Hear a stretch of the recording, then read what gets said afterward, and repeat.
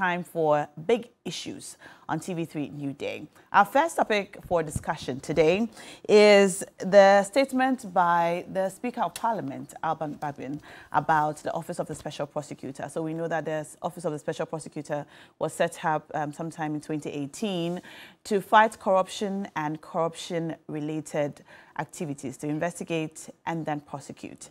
Now, the Speaker of Parliament has reiterated his stance that the creation of the office was an act in futility. Instead, he believes that the Office of the Attorney General should be funded and separated from the Office of the Minister for Justice. Also, this is interesting on the back of the fact that some statements have been made in the past about the Office of the Special Prosecutor being redundant with the existence of agencies like IOCO and the CID, coupled with the fact that the Special Prosecutor has not been able to, if you like, successfully prosecute a single case since he came into office. Now, the Special Prosecutor himself recently, during a press conference, told us about some of the frustrations that he and his office have had to grapple with since he came into office. That's our first topic for discussion today. What do you make of it? Tweet at us with the hashtag TV3 New Day, and I promise that today I'll read some of your tweets coming in. Also, we're going to be talking about the Business and Employment Assistance Program, a solution to the rise of unemployment. That's a question as suggested by the presidential candidates for the NPP, Alhaji Bawumia, the Vice President of Ghana. My guests are here and seated. Awal Mohammed is a National Communications Team member of the NPP and PRO of the YEA. Hi, Awal. Hi, good morning. Good morning. It's great to have you. Good too. We haven't seen you in a while. Yeah, that's true. There is a saying in Chi that so I've been riding around. What's that? If you have a lot of If you have many farms, yes, you tend to all of them. You tend to all of them. Ah, yes. I see. Thank you. Today I'm learning a lot of Chi expressions on the show. Also seated without his wand again, Bernard Mona, former chairman of the People's National Convention, the PNC, is here. Hi, Bernard. Hi. Good morning. Morning. How are you? I could be better. Is this about the economy or something else? The economy, and for the fact Because that you usually have... I see that Awal is now an Akan. That's Awal is now an Akan? Yeah. Because he specializes in proverbs and things in Akan. I see. I thought he was going to give a Dagomba. Or is there a Dagomba version of that proverb? I don't know about that. I don't speak that. So when you come up with one, you use that one. You should have many of that. But it's exciting though, yes, to hear that when you have many farms. All right. You make time to attend to them. To all of them. Also in the studio this morning, we're joined by Malik Basintali, Deputy Communications Officer of the NDC. Hi, Malik. Hi. How are you? I thank God for my life this morning and for the lives of many other young people out there struggling to make ends meet, still hopeful of a better tomorrow, hopeful that there should come a man who transform our current predicaments, who transform our current challenges into a better one for the people of this country, not just for us, but for the generations that will come, even before all of us on this platform this morning. I sit here and I feel the plight of many people who cannot even afford 3 square meals a day. Today, I sit here and I feel sad for someone this morning whose salary is already consumed even before the next payday, or because of high cost of living, or because he's got to pay transport fares, or because he's rent.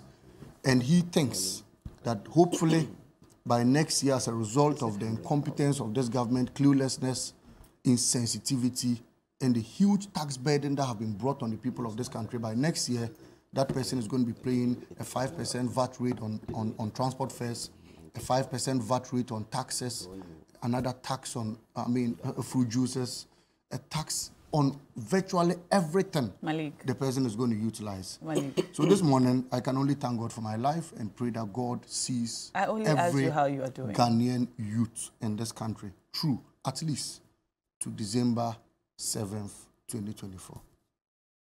Where you change things. Where we would award and issue every Ghanaian youth a certificate of survival. A certificate of survival? Yes. What is that? Yeah, for 4 years under these unbearable hardships, every Ghanaian deserves at least a certificate of how he or she survived under this economy. I see. Now we'll get one. I see. Interesting. Well, gentlemen, you're welcome. It's great to have you. Now, yesterday we heard a comment by the Speaker reiterating his stance on the creation of the Office of the Special Prosecutor. He says that, well, it's an act in futility, and he was alone when he advised against it earlier. Let's take a look at what the Speaker said on the floor of Parliament. Office of the Special Prosecutor, I did tell you that it was an act in futility. You were not going to achieve anything from that, but you went ahead to pass it. I disagreed with you, but I was alone. Well, I'm very clear in my mind that that authority is embedded in the powers of the Attorney General, constitutionally. Who delegated to who? No, but that is not what you put in the act. What you just need to do is to fund the office of the Attorney General well and remove the Minister of Justice. You separate the two. Minister of Justice is a political appointee. The Attorney General is a technical person, and he only is ranked in conditions of service to that of a Minister of State. It doesn't mean they have to be incorporated to. Oh, I'm talking about the Constitution.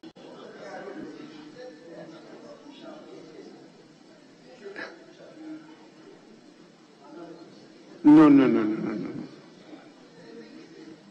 I have it. I have my Constitution with me here. We are not Supreme Court. We don't have that power. Yes, it's there. 881. I have no problem. I have no problem with Attorney General being a minister. I'm only saying you separate that from the Minister of Justice. Yes.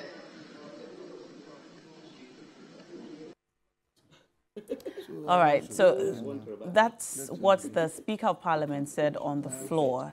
And just while the video was playing, we're deciding in the studio who should begin the conversation. And I see the debate is still ongoing between Awal and Malik. And so perhaps I should come to Bernard. I have no difficulty. Bernard, yeah. Myself, I have no difficulty starting because I came prepared. But you can start with him. Let him start now. He will always want a rebuttal. He has never started. When you said, I will start with you, he said, no, start with Awal. How is that possible? I will begin with Bernard. It tells you he's not prepared. He's always come to I will begin with Bernard. All right. I'll begin with Bernard. Bernard, do you think that the sentiments of the Speaker is valid? First, greetings to Awal and to Malik, and of course to yourself, and to my brother Roland and your many viewers. First and foremost is that we are behaving the story of had I known. And as we always say, had I known is always at last. Mr. Speaker was in Parliament, and as a member of Parliament, no, in fact, he was in Parliament when the Special Prosecutor's Bill was being passed, not as a member of Parliament. And he did not admonish the people in the manner that he is doing today. But majority of Ghanaians and legal luminaries had spoken eloquently at the time about the fact that there was going to be difficulty with the creation of the Office of the Special Prosecutor. And if you look critically, it is the Attorney General who has power to do prosecutions and to do investigations and all that. And so many had the opinion that why is it not possible to empower the Attorney General? And as we have said time without number and repeatedly, even in our PNC manifestos, that we will decouple the Attorney General from the Minister for Justice. If you go to Kenya, they have an Attorney General. that is separate from the Minister for Justice. And therefore, you give the Attorney General the full powers that they have to. There have been many oppositions to this, and I know many people that we have had this encounter with through many fora. I remember Professor Ahoy and others. I remember Jogati. In fact, it got to a point when we went to the Little Acre Hotel in Ebri. Jogati had to say that, look, as a former Attorney General, he thinks that decoupling will be good. But again, there are some nuances. Because there are certain things that if you put this office of Attorney General away from the minister, who is a political appointee, that it will be difficult because there may be some negotiations. There may be some trade-offs with some countries. And because of these diplomatic things, if you have a strict Attorney General, those trade-offs may not come, and it may have consequences on your nation and your relationship with other countries. So he spoke and said that in view of that, he cannot call for the decoupling of the Attorney General. So this debate has been back and forth.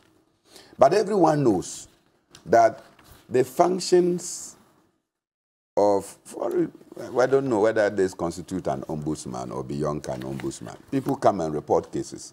You go further to investigate, and then you go to prosecute. Mm-hmm. And in the initial act, you notice that the Special Prosecutor requires the Attorney General's approval or acquiescence in order to be able to carry out issues of prosecution. Because you may not have to prosecute that will compromise the integrity of the office of the Attorney General. And therefore, it was a challenge. The second challenge is that, look, the issue of fighting particularly formal sector corruption is not an easy one. Because this is like a web. Particularly when you have a president who tells you that I insist that go and fight corruption. And the same president by act is protecting corrupt officials. It's not possible for you to go and fight that corruption. And why? It is the former Special Prosecutor who identified Mr. President as the mother serpent of corruption. Now, when you are the mother serpent of corruption, you can only produce more corrupt babies. Right? It is the former Attorney General that said that, look, anyone that wants to fight corruption, corruption ends up fighting you and defeating you.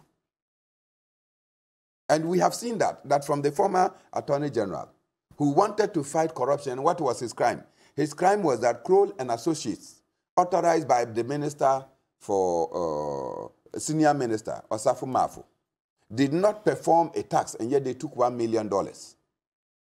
He asked that Osafo Mafo should pay back the money for not performing the tax for which the money was released. At the end, he was fought by the fact that he was fighting corruption. Corruption fought him back, and he lost his job. Right? We have been here. When we saw people selling in excess of 5 million liters of contaminated oil to companies that did not exist even in the Registrar General books. Movimpina was not a registered company, and you cannot execute any government business if you are not first a registered company. You have your tax clearance certificate, you have your SNIT certificate, you have your labor certificate. You must have shown proof that you are capable of executing the mandate. There was no proof. And yet a company, somebody was called, and then what's the name of your company? Movimpina. They gave him or her the contract before the person who now went to Registrar General to go and register. All those things happened. What did we do? We rather elevated the person to go and contest the constituency, and the person is an MP now. Right?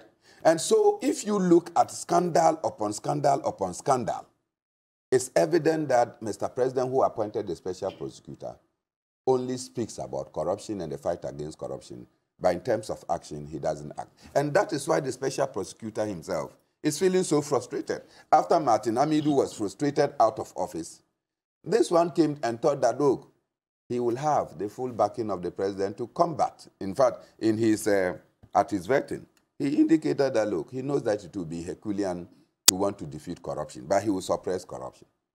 And in his attempt to suppress corruption, you can see that corruption is already suppressing him, and he's feeling frustrated, and in thinking that, look, I'll do only my bit, and I'll leave office.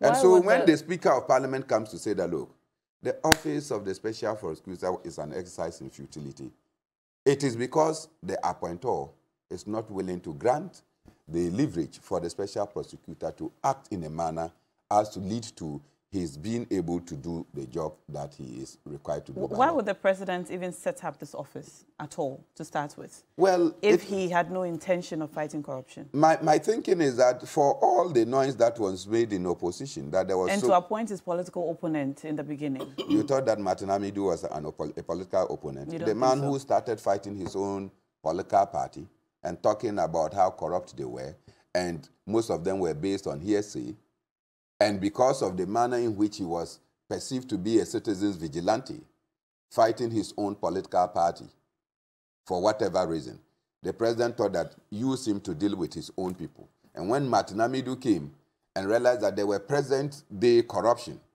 issues that he needed to deal with before going into the past, because if you don't stem the tide now and you go and start from the back, it will be very difficult. So you have to. It's like you're having a cut, and you don't want to stop the flow of the blood, and you want to go and deal with past wounds. By the time you come, you would have run out of blood. So Martin Amidu wanted to stop the corruption that is currently going on.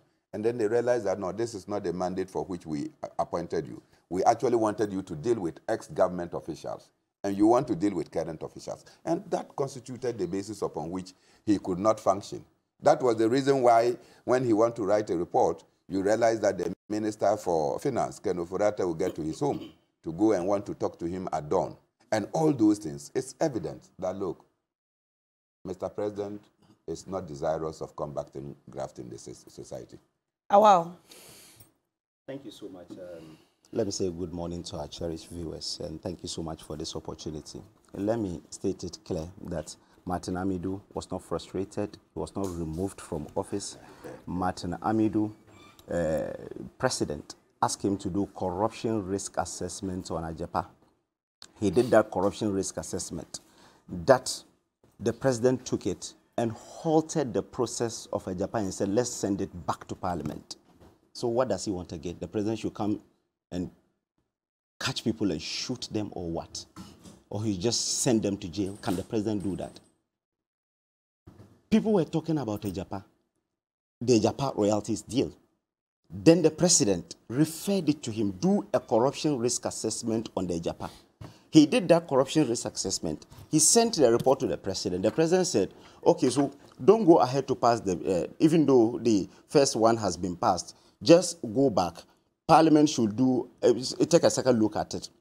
Then you later resign, and you come to use adjectives to say that the president is a mother serpent of corruption. You did not give any reason to say that indeed the president was a mother serpent of corruption.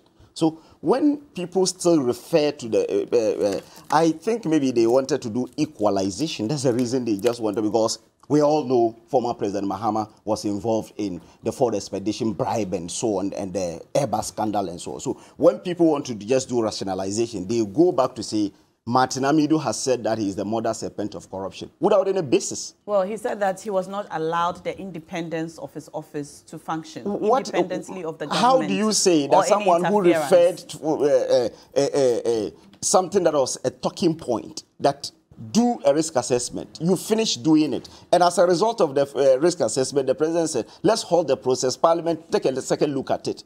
And you are saying that you are not allowed to work?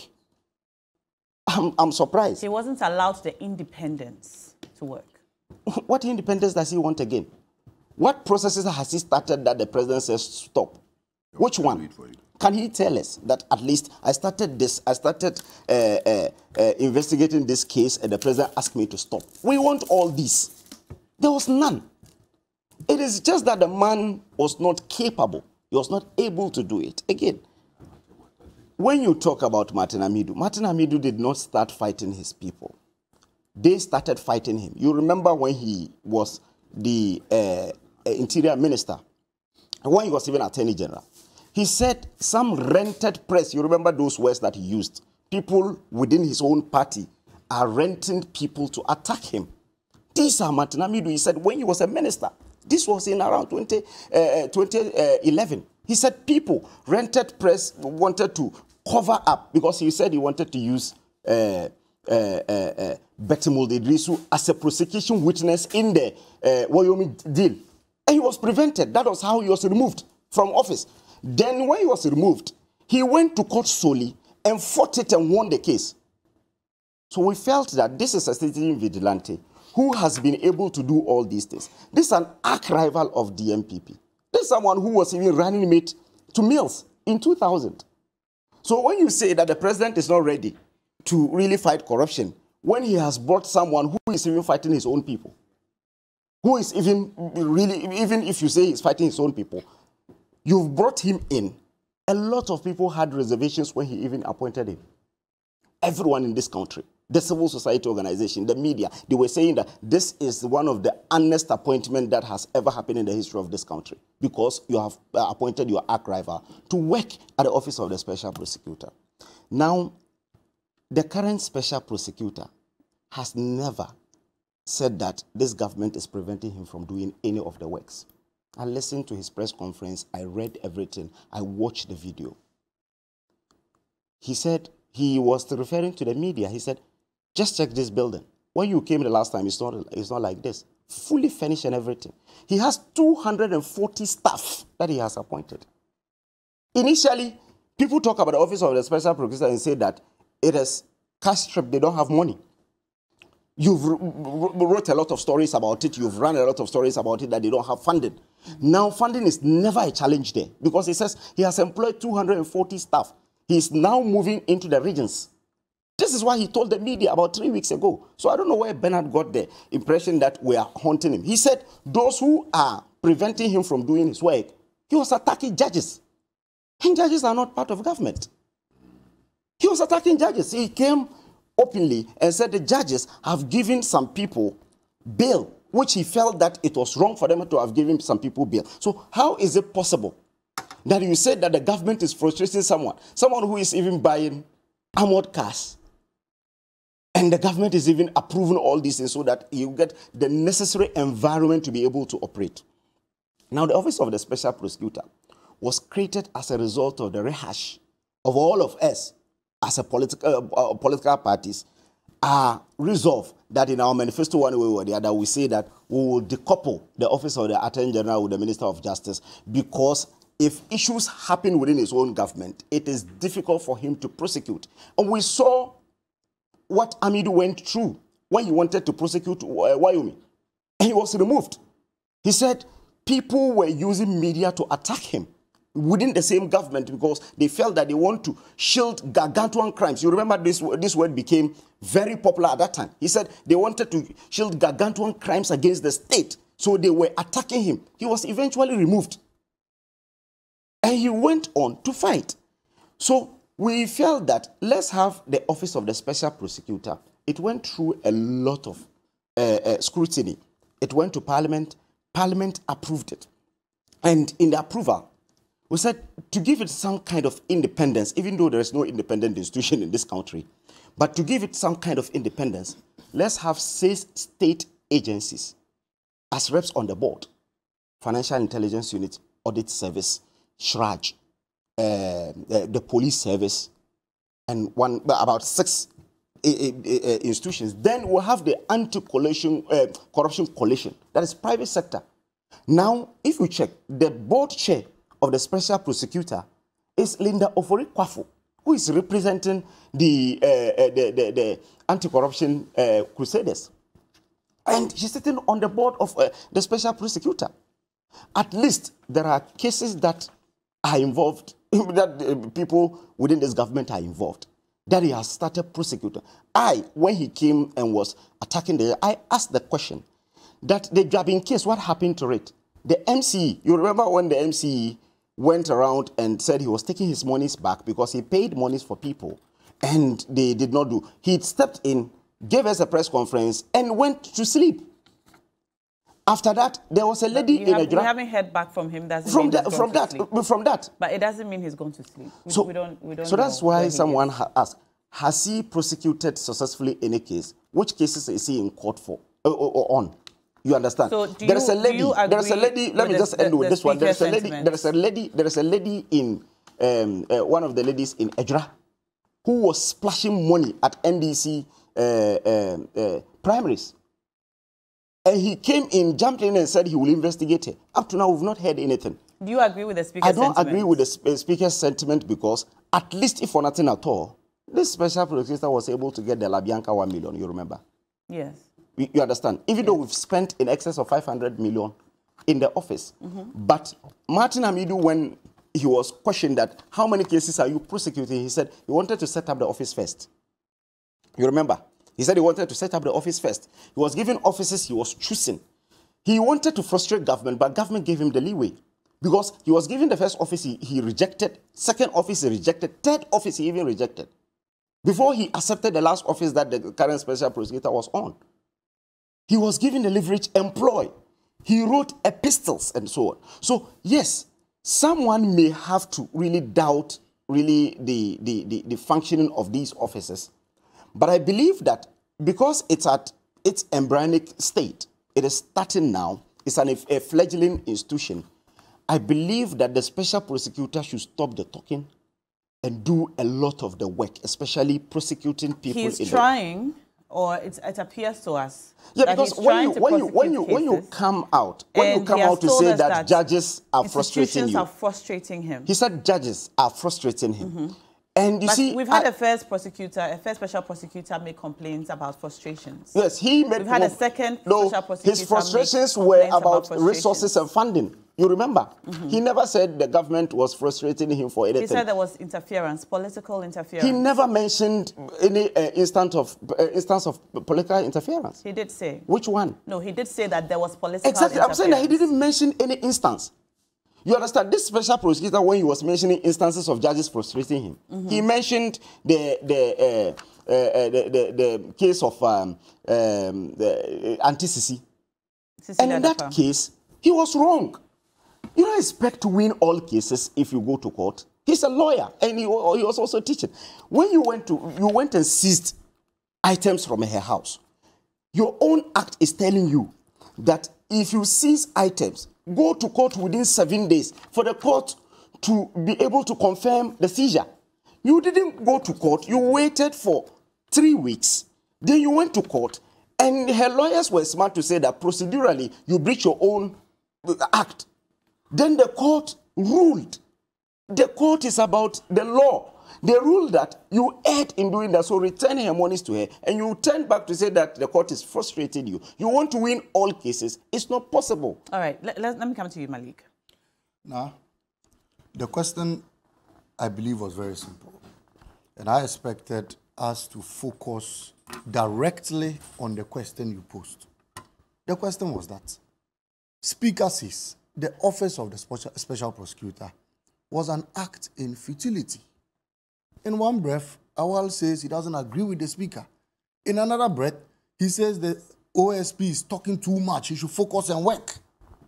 It means that you agree that the OSP is not working as he should. And so you agree with Speaker's assertion. Do you agree with the Speaker's assertion? Entirely. Now, you pose the question to him. And, I mean, instead of telling us, I beg your pardon, issues that had been investigated and all of that, he says, Airbus scandal. An Airbus scandal that the UK has cleared and closed docket. He says Ford, a Ford Explorer is an expedition that has been handed over to the military with a machine gun on top that they used to even follow Prince Akufo-Addo today. I mean, total confusion on this platform. Why don't you answer the question? Yes. When the office of the special prosecutor was formed, some of us made it clear that the man who created the office himself was an entire entity submerged in deep corruption.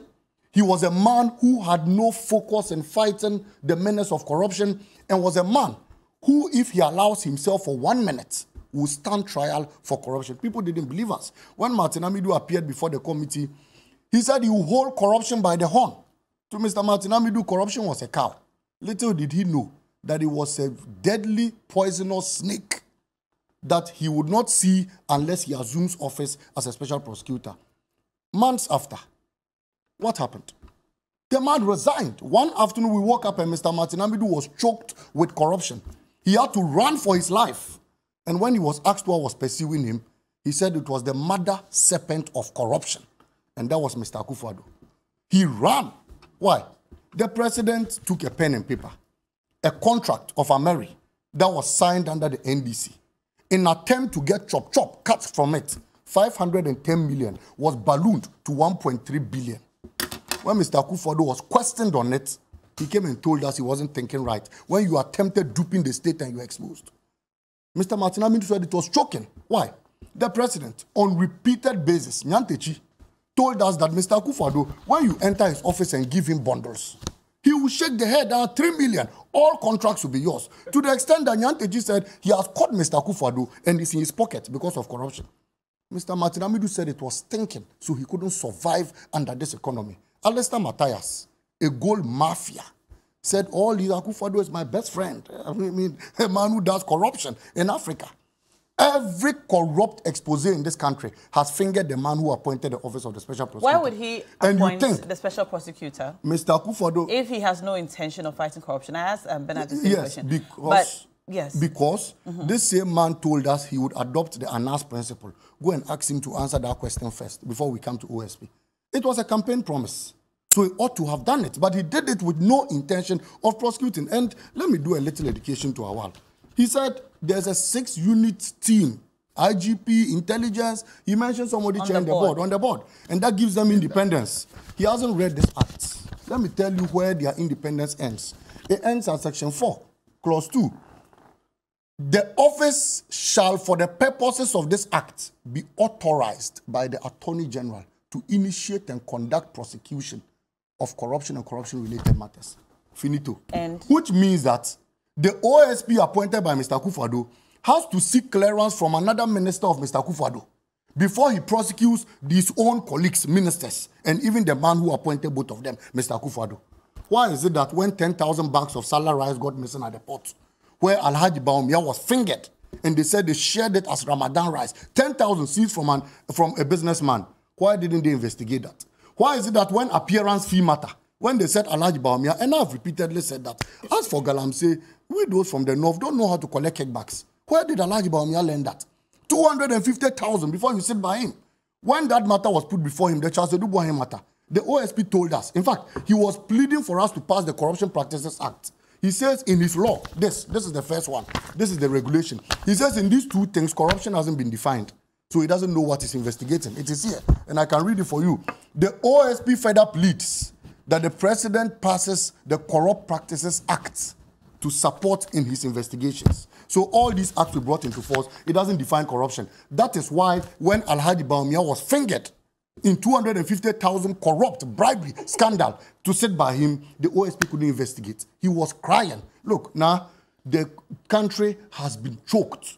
You're saying different that corrupt deals. When PDS came, and let me explain it to you, the vice president changed an insurance, a bank guarantee that was supposed to be used in the PDS debacle to an insurance guarantee.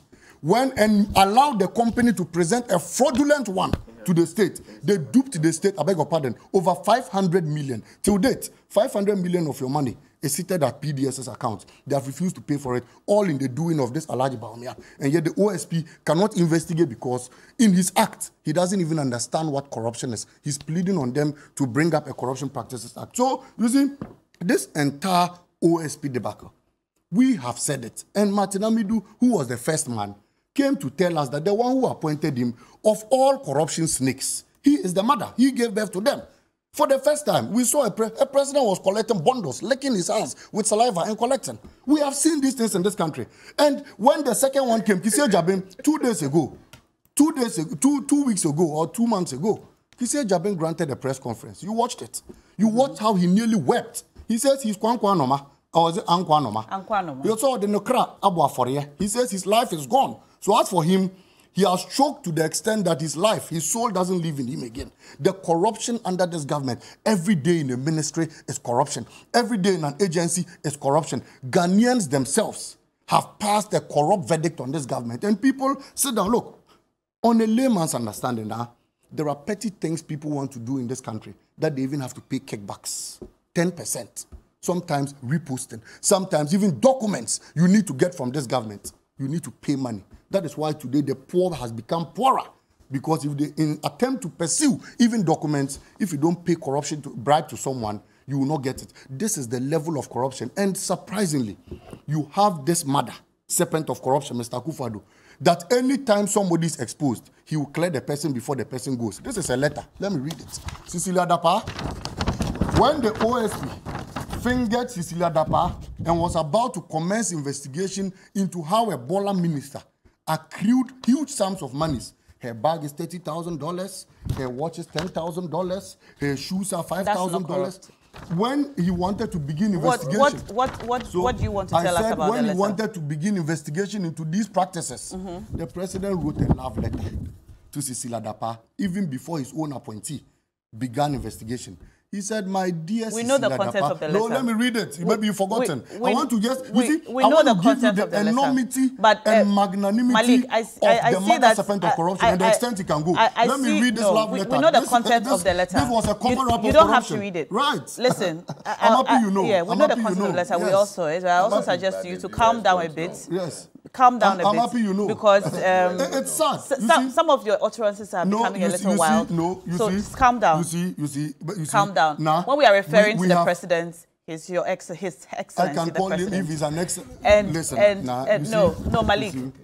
I am allowing you to make your point, but I'm also suggesting to you that while you make your point, let's respect the office of the president. I shouldn't call him the mother while serpent of corruption. While we make our utterance. When his own appointee named him as such. All you right. see now, so, it's important. You know, let me explain this. I get while I know the timekeeper. Land. Conclude. You see, I make these passionate appeals and comments because I know what corruption has done to countries. I know what corruption has done to this country. I know what causing financial loss has done to the state. Monies that have been dubiously paid to people without recourse to parliament. Why? Somebody takes a pen and paper and draws National Cathedral plan. 130 million was paid to him. Yet government owes NAPCO trainees who have been left home 12, 16 months. Even NSS personnel were not paid from January. It's recently they got clearance. Yet when it was about the National Cathedral plan, without recourse to parliament, payment was made. So if we ensure and come together and point out to the president and the vice president, Alhaji Bawumia, that stop these corrupt practices and let us encourage the OSP to work. My sister, Ghana will become a better place for you and I. And I know that in your heart. You bleed every day. You weep. Are you happy that the OSP says he's Ankwanoma? Are you happy? Are you happy that the OSP says his soul has left him? He's put his soul down as offertory because of corruption. Were you happy when Martin Amidu had to run in the afternoon because he was pursued by a snake that was the mother serpent of corruption and that was the president? Were you happy? So some of these things, let's not massage them. Let's point it out to them. Let's tell them. But I have said, and President Mahama retweeted in his talk, that everybody who was corrupt in this administration will not go scot-free. You see, Awal can sit here and rattle his talk. He doesn't hold a position. So sometimes some of these things, when you are talking, he doesn't understand. But we'll hold them. President Mahama has said we'll have a 24-hour corrupt prosecution of some of these appointees. They will stand trial. They would face the law. They would bring back all the monies they have stolen from the state and how they have made life unbearable for the Ghanaian people in this country. Mahama is not president yet.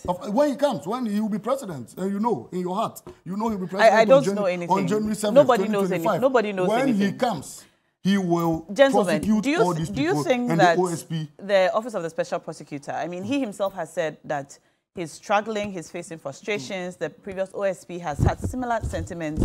And, you know, this is not the first or second. We've heard from the speaker, the minority whip also said that because of the existence of EOCO and CID, we don't need the Office of the Special Prosecutor. It's redundant.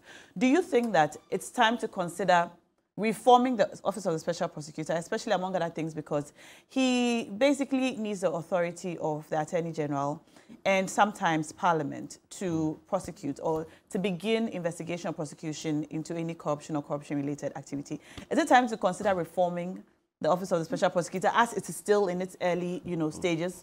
Yes. Or, I have two options for you before we wrap up on this topic and go on to the next one. Should we consider reforming it? Should we leave it as it is and just allow the man to work? and not frustrate him as he says he is being frustrated? Or should it be scrapped completely? Okay. So, so before I get there. Oh, now I was just to first. Go ahead. I'll come to each of you. She was looking at me and she asked me the question. Yes, wow. Initially, when we were asked to start the show, she spoke to him that he should start, and he said no, she should start with me. So when you say I chose to speak first, I have been speaking first on this show since I started coming on this show. I'm the first person to speak on this show. Let's go on to the question. Two is that I have two people who are opponents, so I should even be given more time because there are two opposition people here. Where from that? That's one. How did the become NDC? Answer the question. PDS.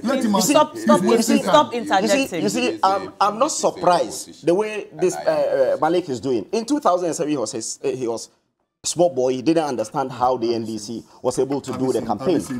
In 2007, the NDC Malik, allow him to land. You will have the opportunity to rebut. Okay. He was part of the communication time that time. Yes. He was in senior high school by then, I'm sure. They said a lot of things about. They said a lot of things about corruption, to the extent that they said they will jail people, they will do all these things. You remember when they came in between 2009 and 2016? How many people were they able to arrest? None. They arrested people. They arrested Asabi when he was going to. When he was traveling at the airport, they arrested Akwesi Oseje, they arrested Kojon Pieni and so on. Nothing happened. So it is the rehash of what they had done in 2007, 2008 that these people are corrupt. If former President Mahama is telling us that he will be able to prosecute his own corrupt people, or he will be able to prosecute people when he comes, what happened? He appointed 6 people who were convicted. His deputy national security coordinator was working in his office, was convicted of theft. Alhaji Mumina. He went to jail together with William Tivier and Bafuboni. Today, William Tivier and Bafuboni are in jail. Whilst Alhaji Mumina, just last month, his people went and pleaded. He's not in jail, he's dead. He's not in jail. Went and pleaded. You don't know the Bafuboni. You see, your problem is that you don't take your time to read, to understand issues. Bafuboni is in court, is in jail at the moment. Bafuboni is not one name.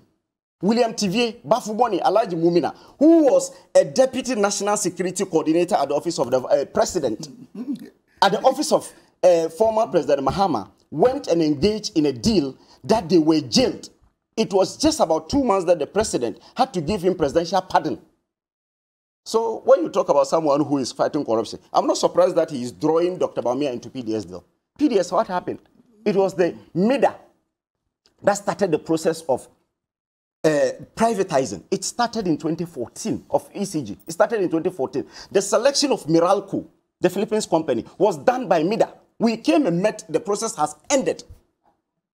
Then we said, let's start it again because we want local involvement. That was how PDS was formed. When ECG felt that we were shortchanged, we dared MIDA. You remember the US said they will give us $500 million to invest in our electricity. But they said if we terminate the PDS deal, they will not give us. We lost that money.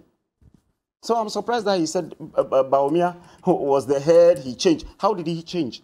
What role did he play in PDS? But you see, because you have a corrupt leader, you have someone who went to BBC and was asked, are you corrupt? He said as Mahama or as president. Answer the question about the That's OSP. what I'm saying. That I wanted you to rebut. I wanted you to rebut. And I've allowed you to rebut. Okay.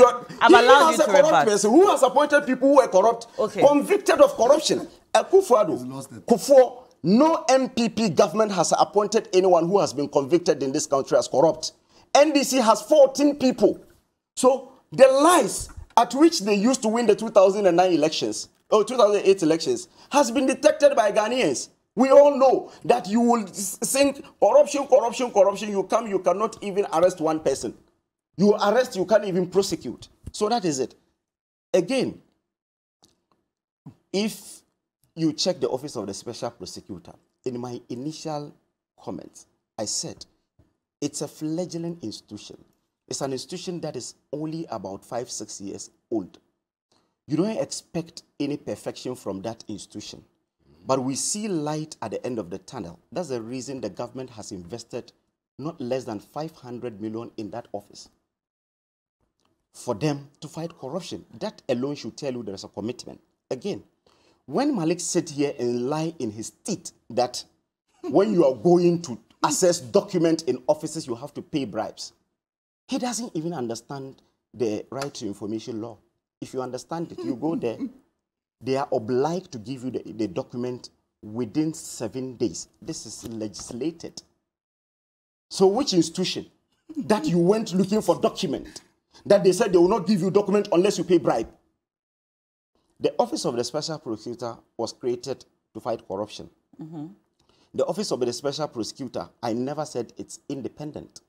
If you listen to me, don't misconstrue. I said there is no institution that is independent in this country. I mentioned it here. Yes, you did. I said even Shraj, that has some semi-independence, has really one or two challenges.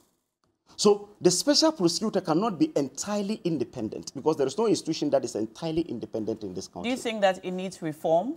Do you think that it should be scrapped? Yes, or because should it be left as it is? No, it should. If there is the need for us to do reforms, that is very important. Let's have some reforms to make sure that. What would you suggest to be considered? You see, do you think that the OSP needs authorization, for example, from the Attorney General? The fact that when you said that, he says he has faced frustrations. Yeah. We will have to situate it in the right context, because Martinamidu mentioned frustrations. He mentioned cash. He mentioned funding. You understand? That was the frustration. No, he also mentioned political interference. Interference when he didn't even give us a single case of political interference. So we just leave it like that, because all that he said cannot be the truth.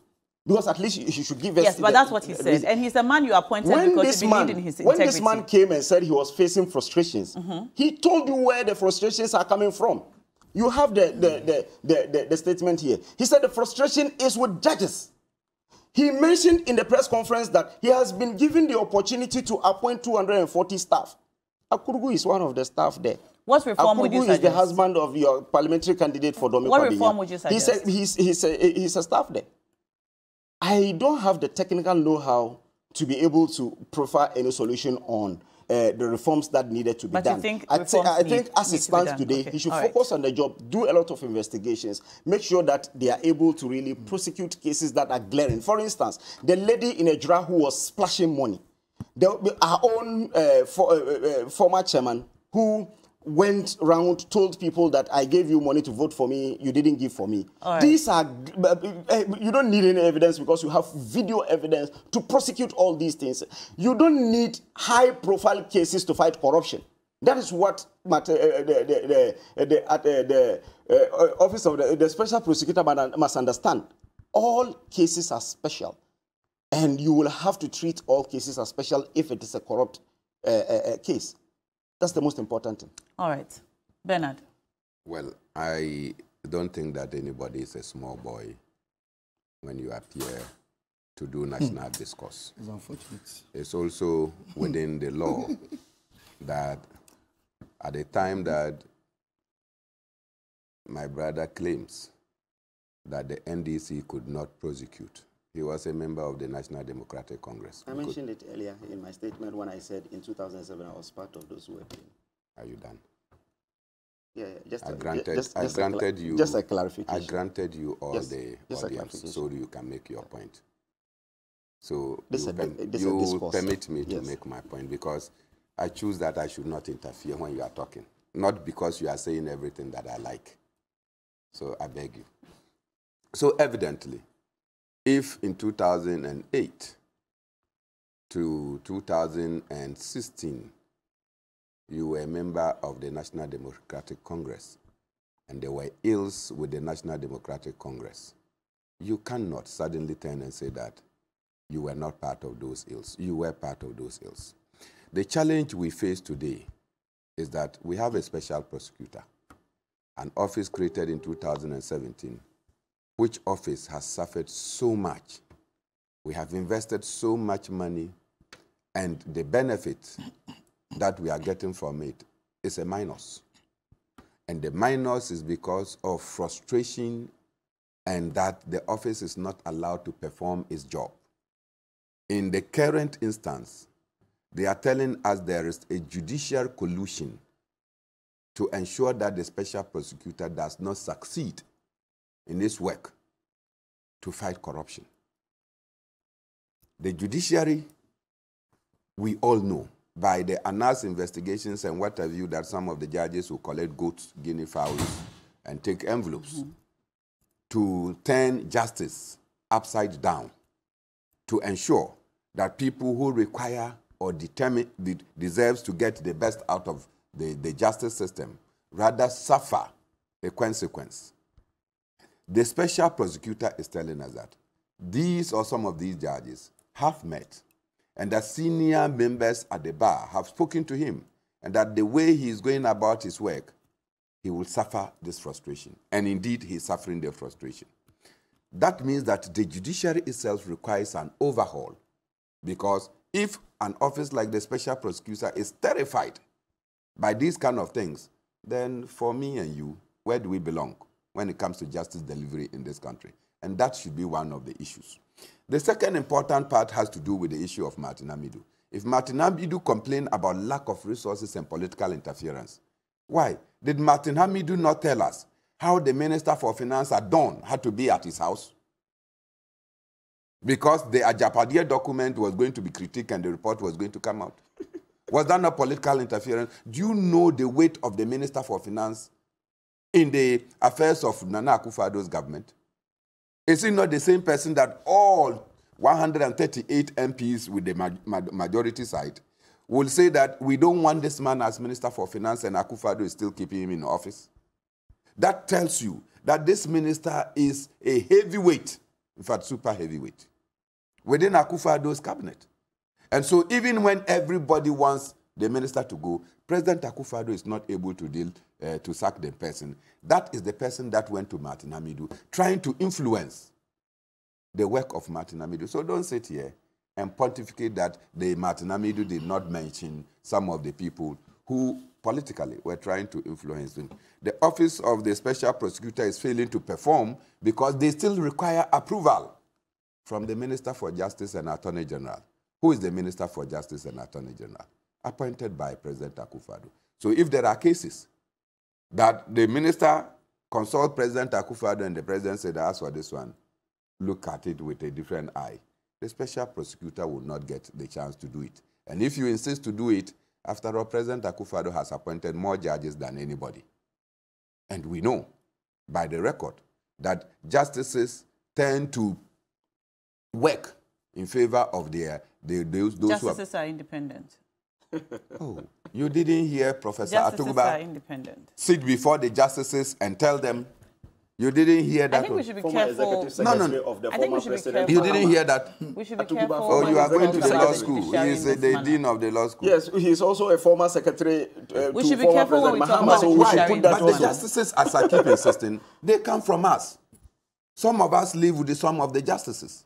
So they are not like, they are not human beings, that they are created from space. So we know their character before they became judges. So if you know that somebody is corrupt before becoming a judge, you think that the person suddenly will change because he has become a judge or she has become a judge. So the people that we have lived it, when they were lawyers, we know their attitude and the games they played. So when they become judges, they don't change. So don't say that we should, because they are justices, we cannot talk about it, because we have lived with them, we understand where they come from, we know them, we eat with them. And so if they are not good and they occupy an office, they will not be good. That is how come that Professor P.L.O. Lumumba will say that when you get a Dunda head into an office, don't think that by the fact that you place the person in an office, the status will change. The person will still remain a Dunda head. All right. Malik. Now, first of all, Alhaji Usman Memina, a former deputy coordinator under John Mahama, was never prosecuted or convicted on theft. It's not true. In fact, he was acquitted and discharged of any crime of stealing. What he was prosecuted for were procurement breaches that willfully caused financial loss to the states. It had nothing to do with stealing. In fact, stealing was part of the charges they took to court. Was he and jailed? I beg your pardon. Is he in jail? He was acquitted and discharged. Allow him. In any case, if you sit here Was to he label jailed? a chief, please stop it. a chief, No, but what he's I know saying it's his is plan. It's his plan. Don't worry. Let me go on. jailed. It's his plan. Yes, He but doesn't he want hasn't to talk. disagreed. He knows So when he's I just talk, telling I you that the expose charges were him. Let me different. talk. Yes. If you sit here and you expose and you sit here and call a chief, Dinipewura in the Savannah region, a thief. When then Mr. Akufo-Addo granted pardon to him. Are you saying that Mr. Akufo-Addo granted pardon to a thief? He's out of jail. He was granted pardon by your president. Because are you of saying ill health. that the thief that you sit here to Ill call health. was granted pardon He was by Mr. granted Akufo-Addo? Are you saying that on Mr. the basis Akufo-Addo... of President ill health. Akufo-Addo. Yes. Yes. Can you Ill talk to your health. panelists, please? And Can you Awal, talk to your please panelists? desist from commenting. This- when you were talking, this- he He started. came in. I told him to stop and he did. So please allow him to speak. So if you sit here and call a chief in the Savannah region a thief, then President Akufo-Addo granted pardon to a thief in your own assertion. That aside, look, it is not my fault that Martin Amidu decided to label the president as the mother serpent of corruption. It's not my fault. It's not my fault that Erastus Donko, who investigated Galamsey, and the president's name was mentioned. In fact, the vice president was accused for taking appearance fee, had to run for his life and run into hiding. It's not my fault that Manasseh Azure had to run to Austria after exposing your government of corruption in this country. Then you sit here to say in 2007, when you were in the NDC, I was a baby. Yes, I agree you were in the NDC. You were a serial caller, I remember at the time. I had never been a serial caller. I had never been a serial caller. I had never. If in 2015, I joined as a communicator. if in 2015 or 2016, you were as grown as you claim you are today and being Nebuchadnezzar, you would have learned the principle of politics, that you don't get moved into another party all because of a bag of rice and a bag of sugar. You would have stayed in the NDC and you wouldn't have kowtowed to what was done to you in Asawase. In 2000, so please, you let have us He's attacking focus. me. Wait. I took When you were speaking, Let me go on. he was quiet. So I was quiet. So please, So on the please so you desist see, from talking. When he was talking, you said I was a baby, talking, he started and I'm telling you that if you are Nebuchadnezzar, you wouldn't have fallen for a bag of rice and a bag of sugar. You called him a small boy. He kept I quiet. kept quiet. You Now I'm kept saying you are a quiet. grown So up, you but you stop took a bag of rice and a bag of sugar to join another party. You would have been principled. A small boy of my nature wouldn't have fallen for that. Now you see, in all of this, all we are saying is that stop the acts of corruption. That is all we are sitting here to say. Why? The vice president's sister, he appointed as NDA boss in Tamale Larba, superintended over flying away of over 500 aboboyas. Till date, they haven't been accounted for. Why is the OSP not investigating the vice president's sister? That is when we talk about family and friends. Moving Pina had everything to do around the president's daughter. We don't know what the OSP is investigating. Yes, because they have tied his hands and they are not allowing him to investigate. What I'm saying is, why? we do not know what he is currently investigating. No, we know. We know. You know everything he's investigating. Why? You don't follow the OSP portal. He's supposed to... hold on, let me take you through this. He's supposed at to... which point does he declare? He declares on an annual basis. Yes. And a quarterly basis. Yes. And he has declared the latest. And I have it here. I can go through. I can read all to you. Maybe I'll send it to you to read. I can read why he's investigating. It is here. The quarterly review is here. I can read all. But the president, Baumia's sister is not part of it. Baumia himself is not part of it. That is what we are asking them to look forward to. You cannot know what the OSP is beginning to investigate at the beginning of any of his investigations. And I'm saying that... we get to know when he declares. So let's not make blanket statements about he's not investigating this person or that person. Larbes Aboboya got missing somewhere in 2019. Are you telling me from 2019 to date, the OSP hasn't realized that he has to commence investigation into it? This is what we are talking about. Things that happened before. 4 years today. Are you telling me the OSP didn't see them? Why? When did Mr. Akufo-Addo, when did they accuse him of being the pocket of someone? The OSP came into power in 2021. No, the OSP came into office in 2017. There was a first OSP. This is a second OSP. Yeah, but crime has no expiry date. Hold on. Crime has no expiry date. And so if he came into office today, he ought to begin crimes that even were conducted. Why did he sit here to mention crimes that are being investigated that happened even under the NDC? Why did he sit here to mention some of them? So crime has no expiry date. Do you think that the office of the OSP needs to be reformed, scrapped, or left as it is? We think that first the government needs to go. And the reason why they need to go is that so long as we have Mr. Akufo-Addo, who is the mother serpent of corruption in office, his vice president, who doubles as a vice president serpent of corruption in office, whoever you appoint to run. And let me cite an example. Why? But now listen to this. Were we not in this country? Is this your own assessment of the Vice President? Were we not in this country? Is this your own assessment of the Vice President? Was it my fault that he changed a bank guarantee to an insurance guarantee that was fraudulent in the PDS scandal? Is it my fault that his own... Can you control your panelists? This jittery behavior, this fire around you. I have told you that you claim you are an old man. But you claimed, please, with the greatest of respect, you claimed you were so grown. You claimed you were Nebuchadnezzar. And I told you that if you were grown, you wouldn't have taken a bag of rice and sugar to cross carpet to another party. So allow me the small boys talk. So please, in all of these things, we are saying that so long as Mr. Akufo-Addo stays in office, so long as Alhaji Bawumia stays in office, no special prosecutor will be able to operate. Because we've seen people who are fighting corruption in this country run for their lives. So you don't think the problem is the office? The problem is not the office. Is the government. The problem is the president. If the problem is the vice NDC president. comes into power, the office of the special prosecutor will continue to operate as it is, or you would reform it? That a policy statement, a policy pronunciation will be made at the right time. Okay. I am to interpret. I will not communicate that. Okay. The flag bearer who will fight corruption, the flag bearer, John Mahama, who has promised to have a 24-hour corruption fight, will communicate that in the coming days. We have 3 minutes to wrap up this segment.